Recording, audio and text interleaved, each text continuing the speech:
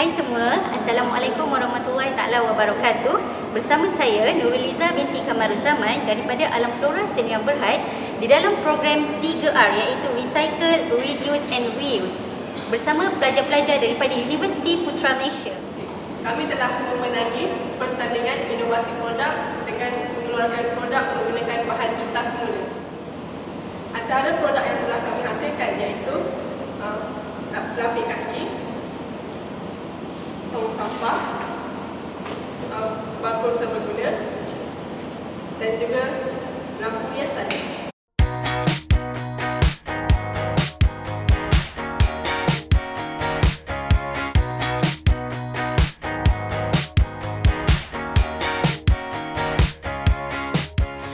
Berapa banyak botol-botol yang kita gunakan untuk membuat tempat letak air atau pembagi serbaguna? Ini kalau untuk produk sebegini, kita hanya memerlukan 30 biji untuk botol. Okey. Dan sebenarnya untuk menghasilkan produk seperti ini, dia hanya perlu menambahkan beberapa lagi untuk botol dan mengikut saiz.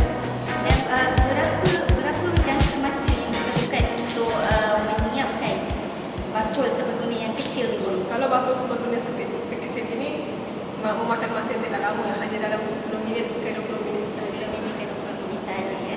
Apa kata kita mulakan sekarang? Okey, silakan.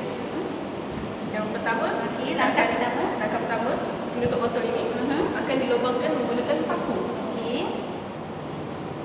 Kita lubangkan menggunakan paku Okey. di bahagian tepi. Begitu juga dilakukan kepada tutup botol seterusnya, yang kedua, dan kita cantumkan menggunakan pengikat kabel. Okey. Okey, langkahnya adalah kiri dan kanan mengikut lubang yang tadi kita lubangkan ya. Okey. Dekat ni. Okey. Kemudian kita cantumkan. Sambungkan saja. Sambungkan saja pengikat kabel sehingga ketat. Okey. Lebihannya? Okey. Lebihannya gini, akan kita tolak ke tepi supaya tidak ada supaya ini bahagian yang agak soft.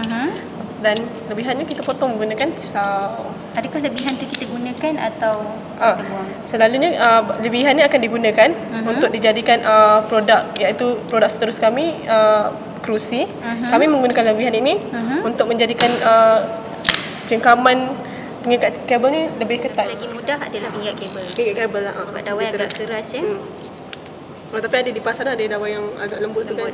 Tapi mungkin daripada segi akhirnya finishing dia tu agak kurang kemas kerana dia tajam-tajam macam ni. Ini adalah hasil daripada gabungan penutup botol tadi untuk lapisan pertama yang kita lihat di sini.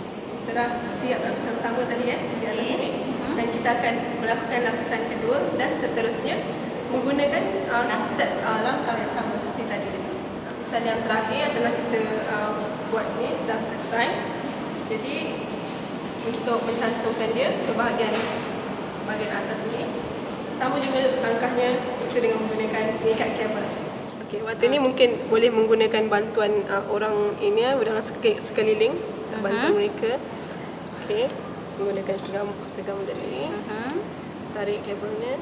Mungkin boleh melakukan berdua ya? Ya, melakukan seorang boleh tapi mungkin agak sukar ya. Jadi okey, kabel tadi. Okey, begitu. Okey. Sehingga agak ketat.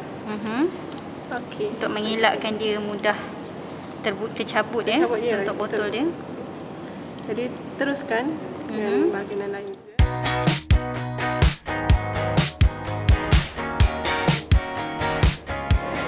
Dan di sini kita ada sedikit cenderahati dari pihak Alam Flora kepada Ami dan juga rakan-rakan. Okey, dan jangan lupa untuk melihat produk-produk kami yang seterusnya di Instagram dan juga Twitter 10Care Sdn Berhad.